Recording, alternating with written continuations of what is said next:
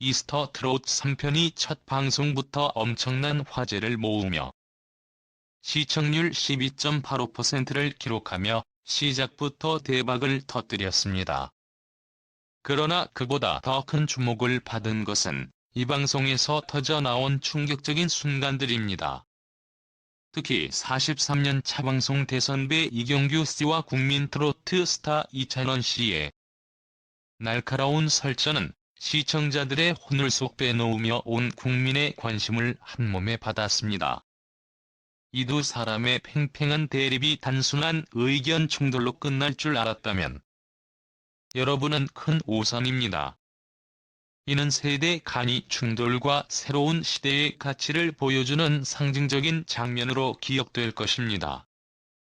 방송의 시작은 직장부에서 현재 소방관으로 근무 중인 김민욱 씨의 등장으로 시작되었습니다. 그는 트로트 가수 박구윤 씨의 히트곡 나무꾼을 열창하며 웬만한 프로 트로트 가수도 부러워할 정도의 실력을 뽐냈습니다. 그의 무대는 마치 폭풍처럼 강렬했지만 결과는 예상 밖이었습니다. 18점 만점에서 단 16표를 받아 예비 합격 명단에 들어가게 되었죠. 그런데 충격은 여기서부터 시작됩니다. 하트를 누르지 않은 두 사람 중 한 명이 바로 이경규 씨였던 겁니다. 이때 장윤정 씨가 폭탄 발언을 날립니다. 왜 처음으로 하트를 누르지 않으셨나요? 라는 날카로운 질문에 이경규 씨는 망설임 없이 대답했습니다. 그는 훌륭한 소방관이다. 하지만 그의 꿈을 위해 소방관을 그만두는 것을 반대하고 싶다. 이 발언이 나오자마자 스튜디오 분위기는 단숨에 얼어붙었습니다. 그런데 여기서 끝났다면 이 방송이 화제가 되지 않았을 겁니다. 이찬원 씨가 그 순간 폭탄을 터뜨린 겁니다. 소방관으로 3년간 국민의 안전을 지킨 김민욱 씨가 이제는 국민에게 감동과 즐거움을 주기 위해 가수로 전향하려는 겁니다. 그의 노래는 너무 훌륭했고 저도 깜짝 놀랐습니다. 이찬원 씨의 발언에 이경규 씨는 폭발했습니다. 잠깐. 그러면 내가 뭐가 되나? 라며 분노를 터뜨렸고 그 자리에서 이찬원 씨와의 설전이 시작되었습니다. 붐 씨가 중재를 시도하며 의견이 다를 수도 있다고 말했지만 이경규 씨는 달라도 그렇지. 당장 얘기할 건 아니잖아. 라며 격한 반응을 보였습니다. 하지만 여기서 끝이 아닙니다. 이찬원 씨는 물러서지 않았습니다. 그는 자신의 의견을 명확히 밝히며 이경규 마스터님의 의견을 존중하지만 제 의견은 다릅니다라고 단호하게 말했습니다. 이경규 씨는 된다는 보장이 없다. 직장을 잃고 가수가 안 되면 어떻게 하려고 그러냐며 현실적인 우려를 표했습니다. 이때 이찬원 씨는 단순히 후배가 아닌 새로운 시대를 대표하는 목소리로 다가왔습니다. 그는 꿈을 위해 도전하는 것을 막는 것이 더 큰 문제 아닙니까? 라며 자신의 신념을 굽히지 않았습니다. 이 장면을 본 시청자들은 둘로 나뉘었습니다. 이찬원 씨가 너무 당돌하다며 이경규 씨를 옹호하는 의견과 이경규 씨가 후배에게 지나치게 엄격하다며 이찬원 씨를 지지하는 의견으로 나뉘었습니다. 이 논쟁은 단순히 두 사람의 개인적인 갈등을 넘어서 세대 간의 충돌과 가치관의 차이를 보여주는 대표적인 사례로 떠올랐습니다. 이경규 씨의 발언에는 진심과 방송적인 재미 요소가 섞여 있었습니다. 그는 43년 차 대선배로서 후배에게 현실적인 조언을 하면서도 동시에 방송의 화제성을 놓치지 않았습니다. 그의 표정과 말투에서 느껴지는 진심과 농담이 섞인 이 장면은 시청자들에게 깊은 인상을 남겼습니다. 반면 이찬원 씨는 단순히 반박하는 후배가 아니라 MZ세대의 대표로서 자신의 신념을 굳굳이 지켜내는 모습을 보여주었습니다. 이찬원 씨의 태도는 단순히 당돌한 것이 아니었습니다. 그는 어릴 적부터 부모님을 돕고 동생을 돌보며 모범생으로 성장했습니다. 그는 어려운 환경에서도 꿈을 향해 도전했고, 그 결과 트로트 신동으로 주목받으며 스타덤에 올랐습니다. 그의 성공은 단순히 운이 아니라 철저한 노력과 자기 신념의 결과였습니다. 이찬원 씨는 방송에서도 그 신념을 그대로 보여주었고, 이는 많은 젊은 세대들에게 큰 감동을 주었습니다. 반면 이경규 씨의 발언은 단순히 보수적인 견해로 치부하기에는 너무나도 깊은 의미를 담고 있었습니다. 그는 후배를 걱정하는 부모의 마음으로 출연자 김민욱 씨의 현실적인 어려움을 대변했습니다. 회사하지 말든지 알아서 해라라는 말에서 드러난 그의 솔직한 마음은 시청자들에게 공감과 감동을 동시에 안겨주었습니다. 이는 단순히 설전으로 끝나는 것이 아니라 세대 차이를 이해하고 서로를 존중하는 중요한 순간으로 기억될 것입니다. 이 방송 이후 이찬원 씨의 과거와 성장 과정이 다시 주목받았습니다. 그는 어릴 적부터 부모님의 맞벌이를 돕기 위해 요리를 하고 동생을 돌보며 모범적인 삶을 살아왔습니다. 초등학교 때부터 트로트를 좋아해 트로트 신동으로 불렸던 그는 전국 노래자랑에서 최우 수상을 받으며 이름을 알렸습니다. 이후 미스터 트롯에 출연하며 청국장 보이스로 대중의 사랑을 받았고 지금의 자리까지 오게 되었습니다. 또한 이찬원 씨는 성공 이후에도 겸손함을 잃지 않았습니다. 그는 자신의 수입을 부모님께 맡기고 효자다운 면모를 보여주었으며 팬들에게도 진심으로 감사의 마음을 전했습니다. 그는 부모님께 빌린 200만 원을 200억으로 갚겠다는 말을 하며 진정한 효자의 모습을 보여주었습니다. 이런 모습은 많은 이들에게 감동을 주었고 그의 인기가 단순히 외모나 실력에서 오는 것이 아님을 다시 한번 증명했습니다.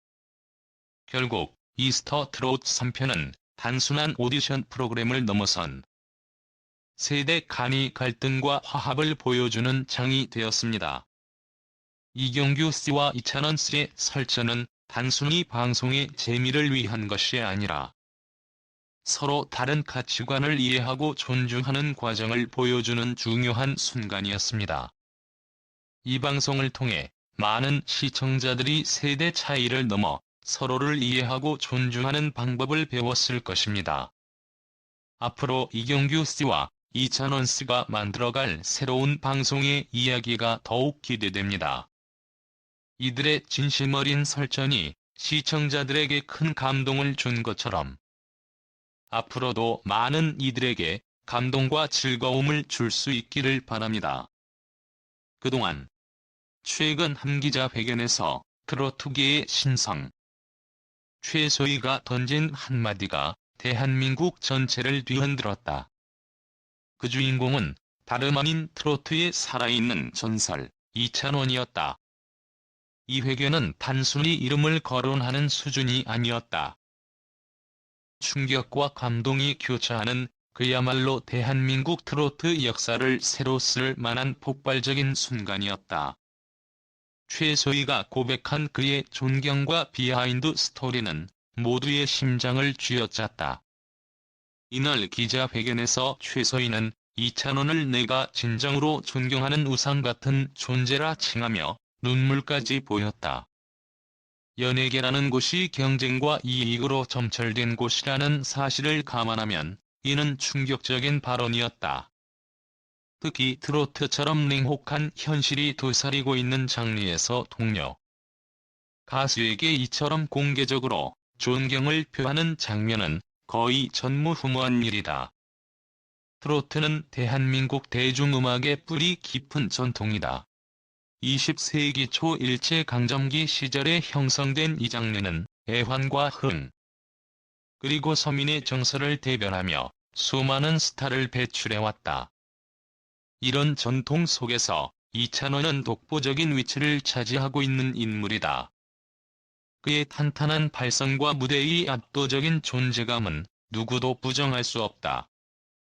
그렇기에 최소희가 그를 존경하고 우상이라 부르는 것은 어찌 보면 자연스러운 일일지도 모른다. 하지만 이날 기자회견에서 최소희는 단순한 존경의 표현을 넘어 과거 이찬원이 그녀에게 직접 곡을 선물한 적이 있다는 사실을 공개하며 또 한 번 충격을 안겼다. 트로트계에서는 자신보다 경험이 적은 후배에게 곡을 선물하는 일이 거의 불가능에 가깝다. 특히 그 곡이 히트 가능성이 높다면 말이다. 이는 곧 자신의 명성과 커리어를 후배에게 넘기는 것과 같기 때문이다. 이찬원은 단지 곡을 준 것에서 멈추지 않았다. 그는 최소희가 가수로서 방향을 잃지 않도록 지속적으로 조언과 격려를 아끼지 않았다. 무대 연출, 음반 제작, 대중과의 소통 방법 등 음악적 기술뿐만 아니라 업계의 어려움을 이겨내는 정신적 자세까지 가르쳤다. 이러한 총체적인 지원은 최소희가 이날 기자회견에서 눈시울을 붉히며 감사를 표한 이유였다. 최소희는 이찬원 선배님 덕분에 지금의 제가 있다. 며 자신의 커리어가 그 곡을 통해 완전히 새로운 국면을 맞이했다고 밝혔다. 그녀의 고백은 단순한 감사의 말이 아니었다. 이는 그녀가 느꼈던 감정과 이찬원에게 배운 것을 진심으로 인정하는 용기의 발로였다. 이날 기자회견 이후 팬들과 평론가들은 열광적인 반응을 보였다. SNS와 커뮤니티에서는 역시 대선배다운 인물. 최소희가 왜 그를 존경하는지 알겠다는 찬사가 끊이지 않았다. 일부 언론은 이를 트로트계의 새로운 문화라 칭하며 대대적으로 보도했다. 이 사건은 단순히 한 가수와 그의 선배 사이의 미담을 넘어 대한민국 음악계 전반에 걸쳐 새로운 패러다임을 제시했다. 트로트는 단순한 음악 장르가 아니다. 그것은 세대와 세대를 연결하는 역사이며 가족적 유대와 인간미를 품은 문화다. 그렇기에 선후배 간의 관계는 단순히 사무적 관계를 넘어서는 더 깊은 의미를 가진다. 이찬원과 최소희의 관계는 이 모든 것을 대변하는 상징이다. 이찬원의 멘토링은 단순히 몇 차례의 조언으로 끝나지 않았다. 그는 끊임없이 후배들의 고민을 듣고 진심 어린 조언을 건넸다. 이는 단순히 가수 생활에 필요한 기술적 조언을 넘어 예술가로서의 태도와 철학, 그리고 인간적인 지지까지 포함됐다. 이런 멘토링을 통해 최소희는 단순히 한 명의 가수가 아닌 트로트의 미래를 이끌어갈 잠재력을 가진 아티스트로 성장할 수 있었다. 흥미로운 점은 이찬원과 최소희의 관계가 단순히 음악적 요소에 그치지 않는다는 것이다.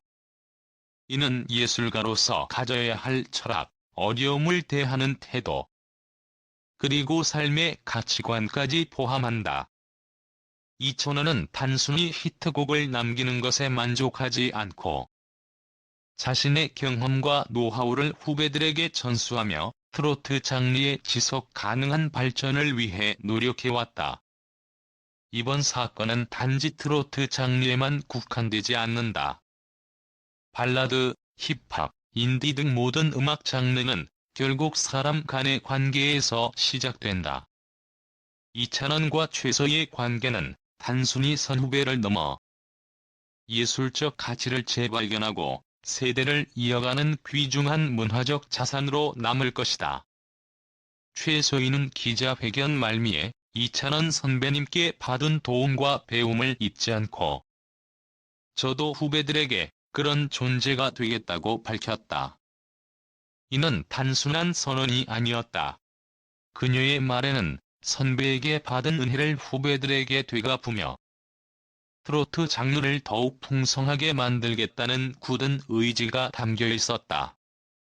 음악 산업은 경쟁과 이해관계로 복잡하게 얽혀 있지만 이들의 이야기는 그 속에서도 진정한 우정과 존경, 그리고 음악에 대한 순수한 열정이 생명을 얻을 수 있음을 보여준다. 이는 단순한 일화가 아니라 대한민국 음악계 전체에 걸쳐 희망과 가능성을 보여주는 중요한 사례로 남을 것이다. 이찬원과 최소희의 이야기는 단순히 한순간의 에피소드가 아니다. 그것은 트로트와 대한민국 음악 산업이 나아가야 할 방향을 제시하며 팬들과 아티스트들에게 깊은 영감을 주는 감동적인 드라마였다. 앞으로도 이들이 만들어낼 음악과 이야기가 어떻게 펼쳐질지 대한민국 전체가 숨을 죽이며 지켜보고 있다.